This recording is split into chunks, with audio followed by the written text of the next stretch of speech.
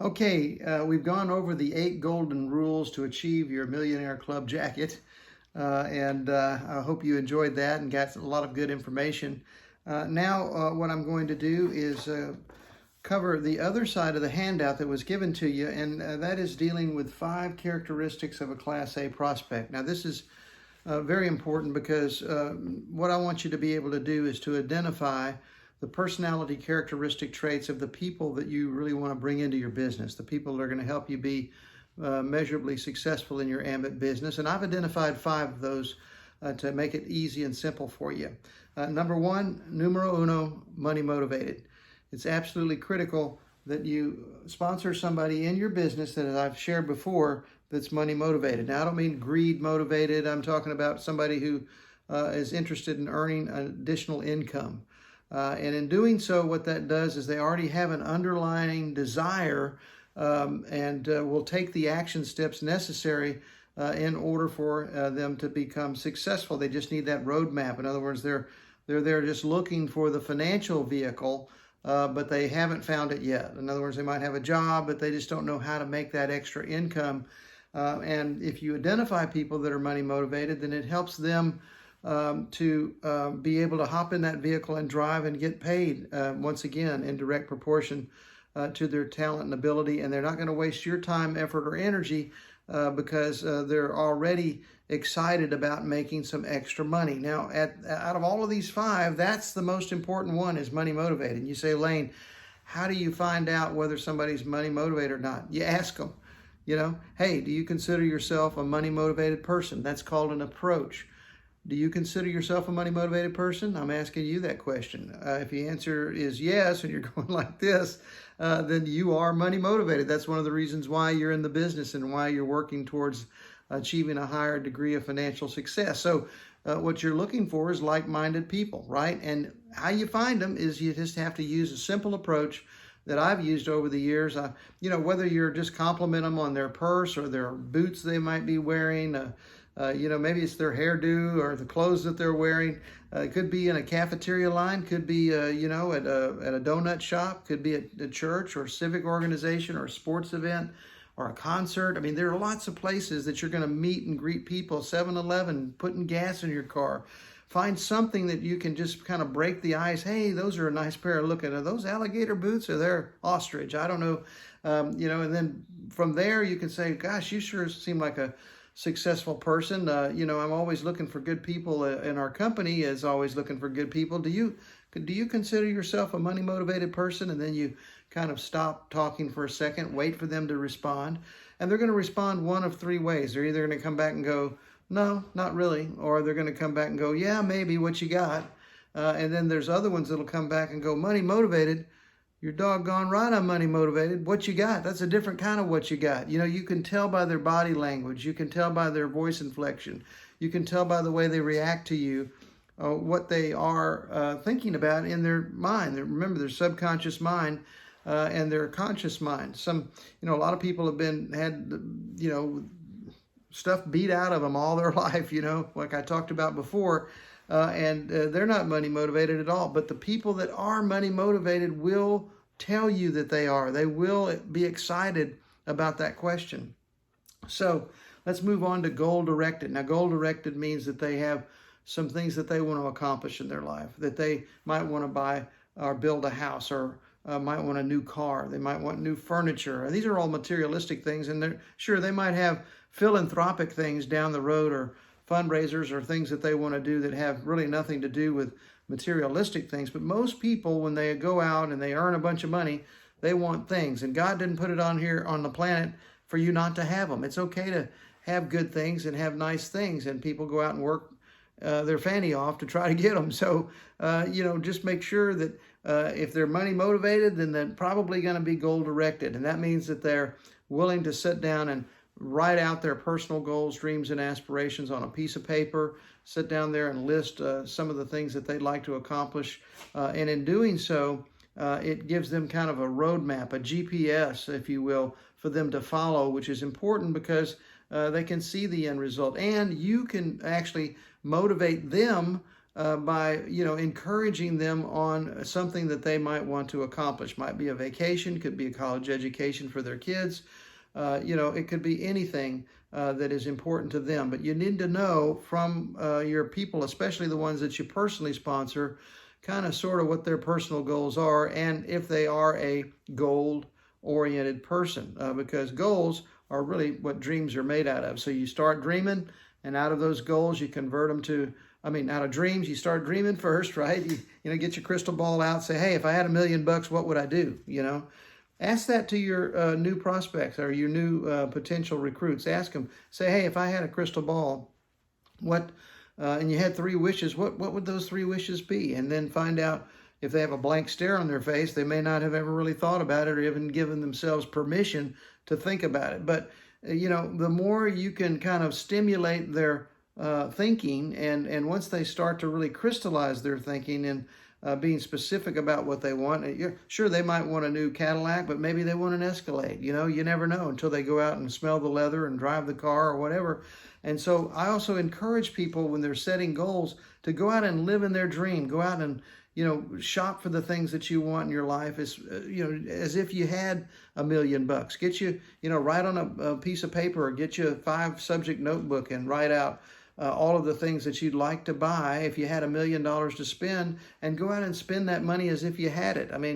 Start living in your dream. And what I mean by spending the money is go shop for the things that you want out of your that you want on your goals list, even though you may not have the money now. And when you do run across a salesperson, which inevitably you are going to run across a salesperson with varicose veins, with open arms waiting for you and your message, you can tell them, hey, I just got involved with a new company. Looks like I'm going to come into, some money. I'm really excited about it. It's an energy company. And I've finally given myself permission to come out and, actually shop for the things that I want in life. And that's why I'm here. And take your notebook in there with you. And half of the time be spending the time actually writing out, what kind of furniture is it? Is it hardwood furniture? Is it leather furniture? Do they have financing? Just as if you were a consumer, write out those things where you have that information for when you get the money, you'll know exactly what you want to go in and buy. But most importantly, the other side of the information you want to gather is, hey, how long you been working at the furniture store? Oh, 5 years? Oh, yeah. How many you work bell to bell, 9 to 9? Gosh, that's a lot of hours, isn't it? You get a chance to spend quality time with your kids. You're going to break the ice, make a friend, find common ground, and find as much information out as you possibly can about that salesperson. And what you're really going to find is they're stuck in a rut, in a job that they probably hate, but they're there because they just need to put a roof over their head. And that's where it allows you to start to build that relationship. Remember, the first time you meet them, they're a stranger. Second time you meet them, they're an acquaintance. Third time you meet them, they're a friend.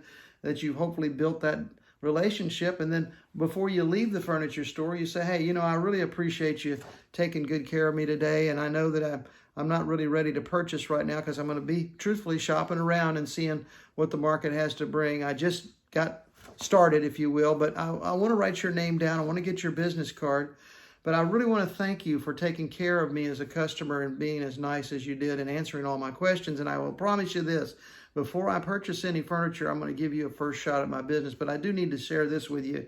Our company's always looking for good people, and I know this is not the time to talk to you about it, but here's my business card, and I'd like to exchange information. You gave me your phone number, but if you have an email address that you'd like to give me, I'd like to send you some information that might be of interest to you. Don't have to stop your job now or quit or do anything like that, but as I said, we're always looking for good quality people in our company. Yeah, I'm in the energy business. Yep, been in the energy business, and I'm looking for good quality people. And I'd like to send you some information, a video that you could watch. Now, what you want to do here is, once again, it's like A, B, C, D, E. It's different exposures that you're exposing people, dripping on them over a period of time, where you're, first maybe introducing them to a video, then from there getting them on a 3-way call with your sponsor or a significant other upline or sideline that you're working with, or get them then after that to a business presentation, to a business builder meeting, what I call an opportunity meeting, Remember, you're a word merchant. It's how you structure and deliver your words. I mean, if you say, hey, would you like to come to this opportunity meeting? You know, most people go, I don't think so. But if you say, hey, I'd like to have you come to what's called a company overview, where we can share with you a little bit about our company, kind of who we are and what we do. We're a billion-dollar company backed up by a multi-billion-dollar company. And so, you know, you don't want to spill your popcorn in the lobby before the picture show, meaning you don't want to dump on them all of this information. You want to document, get their information, and from there, then you want to follow up and put them in gate 1, gate 2, gate 3, gate 4, where you're sharing the story with them and building that story over time. Meaning, start with a video. Get them in front of the video. From there, set up a time maybe to meet with them personally at Starbucks or a coffee shop somewhere. From there, get them on a 3-way call or one of the other, whatever's convenient, depending on the geography of where you're at. You know, if you live in Laredo and you've got somebody in Harlingen and you're trying to recruit them in those different cities, I mean, you can't get together with them immediately, but you can get on a 3-way call with your upline, okay? And that's a very good validation of the business. And then from there, if there is a local meeting that you can plug them into, get them into that local meeting, invite them there. And then, of course, anytime that you can get them to an impending event, whether it be local, regional, or national, like Ambition or like Kickoff that we just had, those are unbelievable events to help you recruit people in the business. So let me move on to burning desire to succeed. That's number 3. That is something that is very important in our business. And why?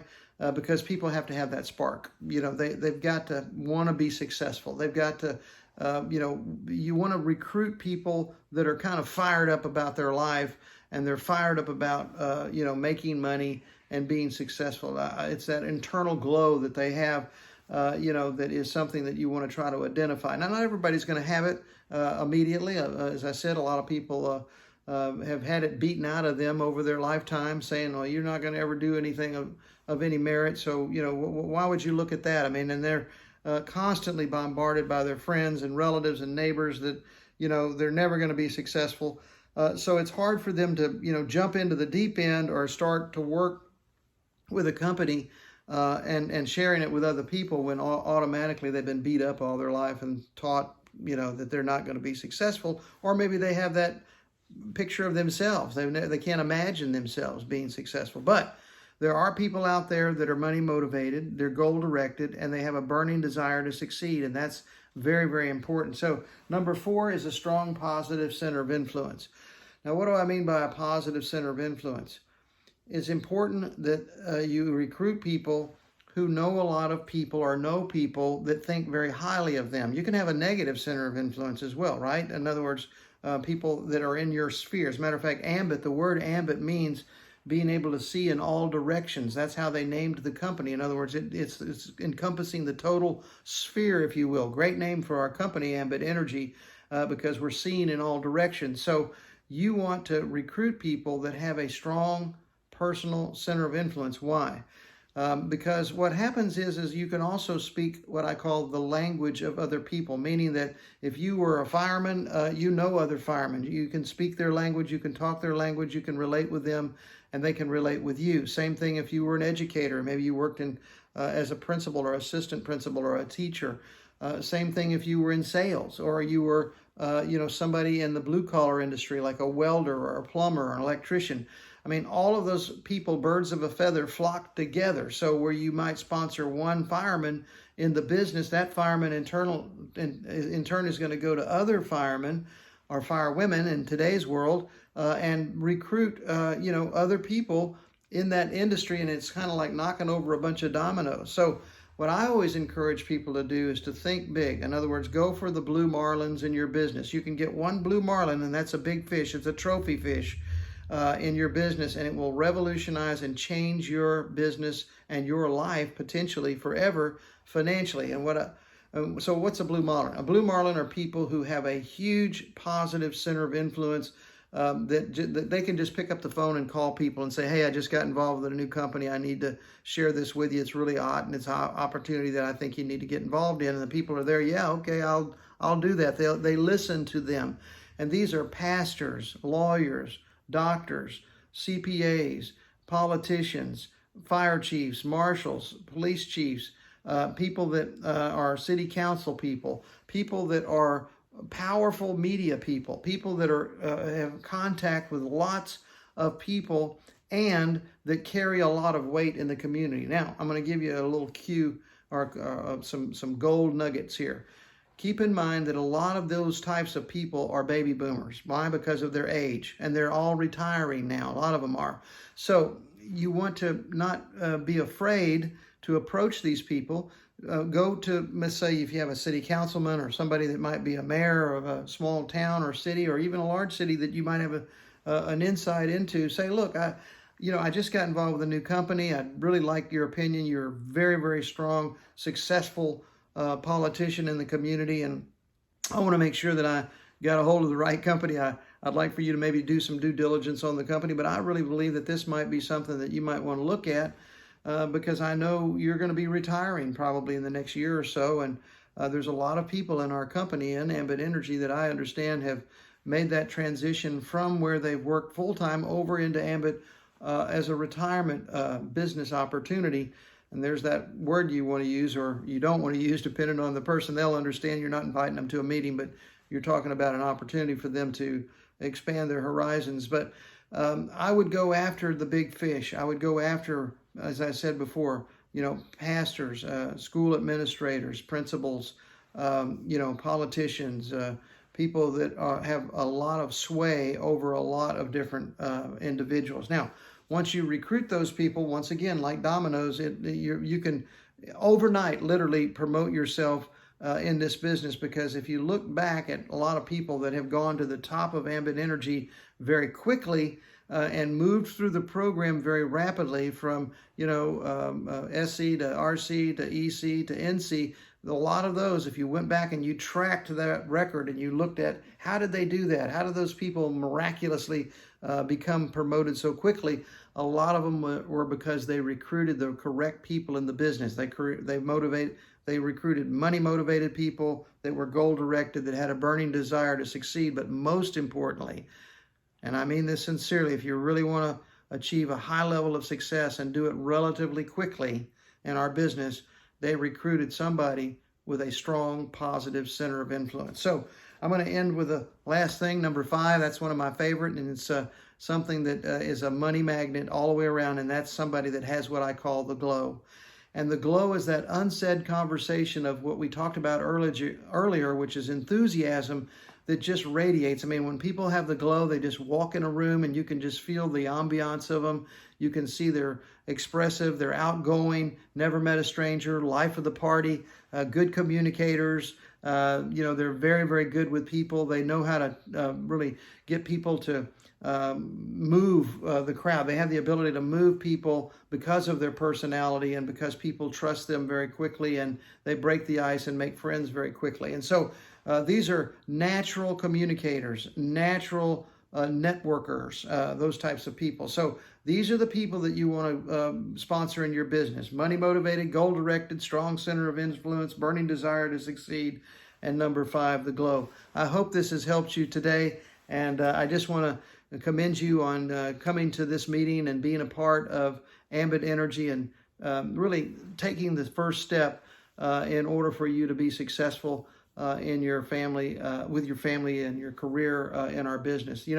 Today is the day you dreamed of yesterday, and whatever you vividly imagine, ardently desire, sincerely believe, and enthusiastically act upon must inevitably come to pass. God bless you all, and thank you so much. Have a wonderful day, and remember, always internalize this video, listen to it over and over again, and then what will happen is it'll become a reflexive thought. You'll become a master prospector. You'll go out and recruit the right people in the business, and you will be tremendously successful in Ambit Energy. Thank you so much. Have a nice day.